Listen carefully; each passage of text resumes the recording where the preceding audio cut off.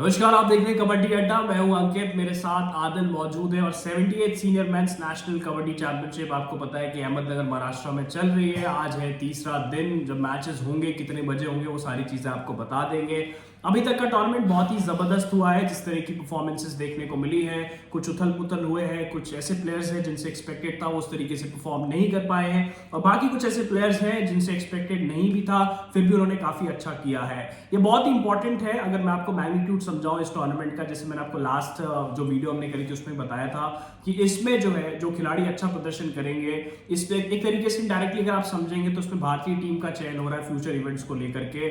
इसमें तीन जो कोचेज हैं वो सिलेक्शन कमेटी का हिस्सा है, जिसमें शिंदे सर है, उसके अलावा मनप्रीत सिंह सर है और रणधीर शेरावत सर है। शेरावत सर को आपने देखा होगा, पीकेएल में बेंगलुरु बुल्स की कोच थे वो, और हरियाणा स्टीलर्स जो कि रनर अप आई थी पीकेएल 10 में, उसके कोच मनप्रीत सिंह भी है। तो जिस तरह की परफॉर्मेंस होगी इस 78 सीनियर नेशनल मेंस चैंपियनशिप में, और जैसे जैसे प्लेयर्स अच्छा करते जाएंगे, आपको फ्यूचर की इंडियन टीम देखने को मिलेगी। थोड़ा सा मैं आगे आपको बताऊंगा डे 2 के रिजल्ट्स। थोड़ा सा आदिल आपको राउंड ऑफ 16 समझाएंगे और अपना पॉइंट ऑफ व्यू रखेंगे। आदिल, कैसा लगा आपको अभी जितने आपने मैचेस देखे 2 दिन के, कैसे देख रहे हैं आप इस टूर्नामेंट को?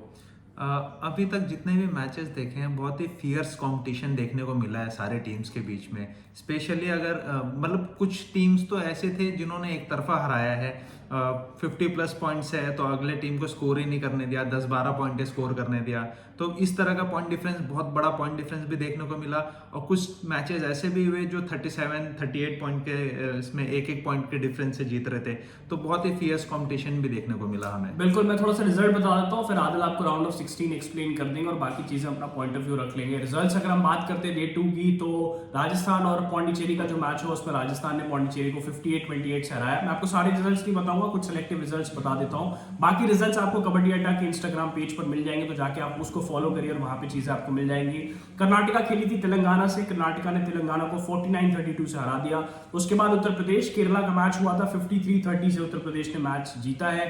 और बात अगर मणिपुर की करते हैं तो वेस्ट बंगाल को 37-35 से यानी क्लोज मार्जिन से हराया मणिपुर ने वेस्ट बंगाल को।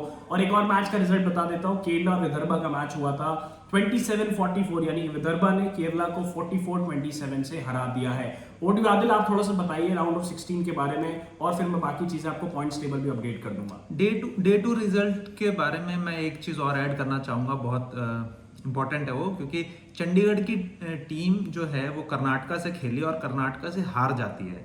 जबकि कर्नाटका में कोई ऐसे बड़े खिलाड़ी नहीं थे, सिर्फ एक गगना गौड़ा थे जो यूपी में शायद पीकेएल 10 में खेले थे। और उसके अलावा चंडीगढ़ में जो टीम है वो बहुत अच्छी टीम थी। उसमें पवन शेरावत हैं, उसमें गौरव खत्री हैं, मतलब बहुत सारे पीकेएल के बड़े बड़े स्टार्स थे, लेकिन फिर भी वो टीम हार जाती है कर्नाटका से।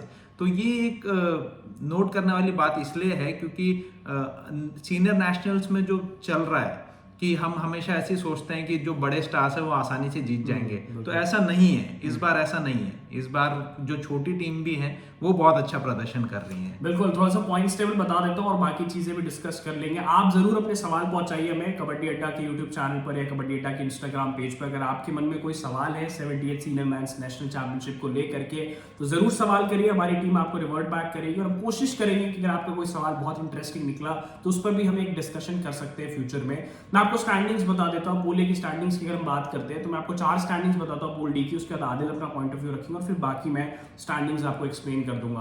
पूल ए की अगर हम बात करते हैं तो इंडियन रेलवेज इस वक्त टॉप पर है, 2 मैचेस के लिए दोनों जीती है 4 पॉइंट्स के साथ। मध्य प्रदेश दूसरे नंबर पर है, उन्होंने 2 मैचेस खेला, 1 जीते 1 हारे, तो 2 पॉइंट्स है।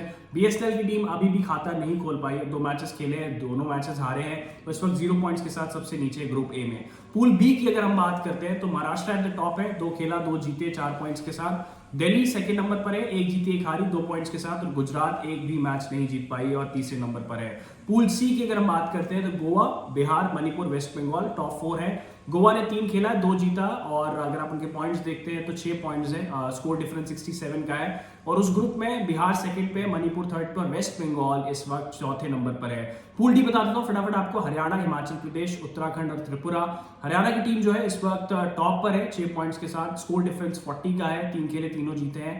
हिमाचल प्रदेश की टीम ने 3 मैचेस खेले हैं, 2 जीते 1 पे उनको हार मिली है, टोटल पॉइंट्स 4 है। और उत्तराखंड और त्रिपुरा की अगर हम बात करते हो तो उत्तराखंड तीसरे नंबर पर है 2 पॉइंट्स के साथ, और त्रिपुरा एक भी मैच नहीं जीती, तो इस वक्त सबसे बॉटम पर है। बाकी की पूल की मैं स्टैंडिंग्स आपको आगे बता देता हूँ। आल भाई, और कुछ अगर आप ऐड करना चाहें अपने इस टूर्नामेंट के बारे में? बिल्कुल। अब जैसे ग्रुप स्टेज खत्म हो चुका है, 21 और 22 मार्च को ग्रुप स्टेज होने थे और ग्रुप स्टेज खत्म हो चुका है और हर टीम से दो दो टीम को सेलेक्ट किया गया है राउंड ऑफ 16 के लिए। तो जो राउंड ऑफ 16 का जो पहला मैच है वो आज 6 बजे शाम में खेला जाएगा। तो पहला मैच जो है वो इंडियन रेलवेज वर्सेस पंजाब होने वाला है और इंडियन रेलवेज की टीम बहुत स्ट्रांग नज़र आ रही है। बहुत सारे पीकेएल के स्टार उसमें ऑलरेडी मौजूद है, जैसे सुनील कुमार है, वो कप्तान भी हैं इंडियन रेलवेज के, फिर नितेश हैं, सुरेंद्र गिल है, परवेश भैंसवाल है, अभिनेश नागराजन जिनका बहुत अच्छा पीकेएल सीजन गया था, पंकज मोहिते हैं, गुमान सिंह भी हैं। गुमान सिंह हालांकि चोटिल हुए थे पीकेएल में लेकिन अब फिर से रिकवर कर चुके हैं और इंडियन रेलवेज के लिए अच्छा कर रहे हैं। वहीं पंजाब की बात करें तो उसमें सिर्फ दो ही खिलाड़ी जाने माने से हैं, अब वो भी बहुत ज़्यादा जाने माने नहीं हैं लेकिन उनका नाम है लवप्रीत और दूसरे का नाम है जसकीरत सिंह। जसकीरत ने इस बार बंगाल वॉरियर से खेला था, उनका प्रदर्शन कुछ खास नहीं रहा था लेकिन ठीक था। अब इन दोनों के बीच में मैच है तो काफ़ी देखने को मिलता है कि जो बड़े स्टार्स हैं वो टीम जीतेगी। इसमें भी ऐसे ही लग रहा है कि इंडियन रेलवेज आसानी से जीत जाएगी पंजाब से, लेकिन कबड्डी का स्पोर्ट है, कुछ कह नहीं सकते, कुछ भी हो सकता है। बिल्कुल। अब मैं फटाफट पूल ई, एफ, जी और एच की स्टैंडिंग्स बता देता हूँ आपको। पूल ई की अगर हम बात करते हो तो राजस्थान की टीम इस वक्त टॉप पर चल रही है 6 पॉइंट्स के साथ। तमिलनाडु सेकंड नंबर पर है 4 पॉइंट्स के साथ। पौंडीचेरी थर्ड नंबर पर है बिना किसी पॉइंट्स के साथ, -40 का स्कोर डिफरेंस है उनका।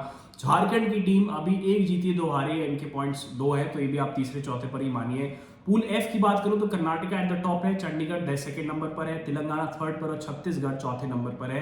पूल जी की अगर हम बात करते हैं तो उत्तर प्रदेश, विदर्भा, केरला, जम्मू कश्मीर टॉप 4 है आपके पूल जी की। और अगर पूल एच की बात करते हैं जो कि लास्ट ग्रुप है, उसमें सर्विसेज की टीम इस वक्त टॉप पर चल रही है, 3 खेले 3 जीते 6 पॉइंट्स के साथ। उसके बाद पंजाब की टीम जिसने 3 खेले 2 मैच जीते 1 हारी 4 पॉइंट्स के साथ। आंध्र प्रदेश की टीम है 2 खेली है, दोनों ही हार चुकी है बिना किसी पॉइंट्स के साथ। और उड़ीसा की टीम भी इस वक्त बॉटम पर चल रही है क्योंकि 2 मैचेस खेले और फिर वो बिना किसी पॉइंट्स के साथ सबसे बॉटम पर है। मैं आपको बता देता हूँ, जैसे आदिल ने आपको एक्सप्लेन किया कि दोनों टीमें हर ग्रुप से निकलेगी और उस तरीके से राउंड ऑफ 16 खेला जाएगा।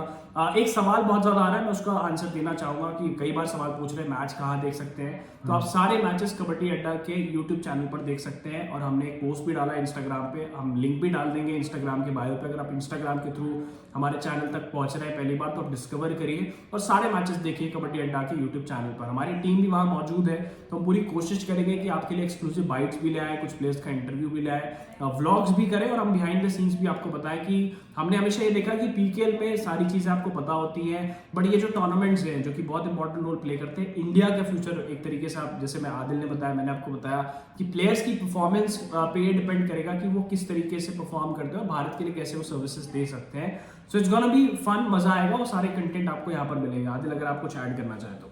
हाँ बिल्कुल, इसमें और मैं ऐड करना चाहूँगा, जैसे कुछ नोटेबल मैचेस हैं अभी राउंड ऑफ 16 में, जैसे कि सर्विसेज का मैच है मध्य प्रदेश है। सर्विसेज बहुत स्ट्रॉन्ग टीम है, मध्य प्रदेश को भी अंडर एस्टिमेट नहीं करना चाहिए, लेकिन सर्विसेज ज़्यादा स्ट्रॉन्ग टीम है, तो सर्विसेज के जीतने के ज़्यादा आसार लग रहे हैं। फिर मध्य प्रदेश का जो मध्य प्रदेश बोल रहा हूँ, महाराष्ट्र का जो मैच है, महाराष्ट्र का मैच है विदर्भा के साथ। महाराष्ट्र की टीम में विनिंग कैप्टन है पीकेएल 10 के असलम इनामदार हैं, तो वो भी एक बहुत स्ट्रॉन्ग टीम है। इसके अलावा हरियाणा की टीम बहुत अच्छी है और हरियाणा की टीम में राजेश नरवाल हैं, जयदीप दहिया हैं, आशु मलिक भी हैं, मुनु गोयत भी हैं, तो हरियाणा का भी मैच काफ़ी नोटेबल रहेगा। हरियाणा का मैच सबसे आखिरी में है, आज 7 बजे उनका मैच है, तो वो भी एक नोटेबल मैच है। बिल्कुल, तो सारी चीजें तो हमने आपको बता दी, अब यही रहेगा कि आप ही प्रेडिक्ट कर दो कि कौन जीत सकता है, क्योंकि हम अपनी फेवरेट्स आपको बाद में बताएंगे, बट आप बताइए आपके हिसाब से कौन फेवरेट्स है इस बार टाइटल जीतने के लिए। और मैग्नीट्यूड ऑफ टूर्नामेंट हमने एक्सप्लेन कर दिया, सारे मैचेस कबड्डी अड्डा के यूट्यूब चैनल पर आप देख सकते हैं। थैंक यू, अपना प्यार बनाए रखिएगा, चैनल को सब्सक्राइब करेगा, जल्दी आपसे मुलाकात होगी नेक्स्ट वीडियो के साथ। Thank you for watching.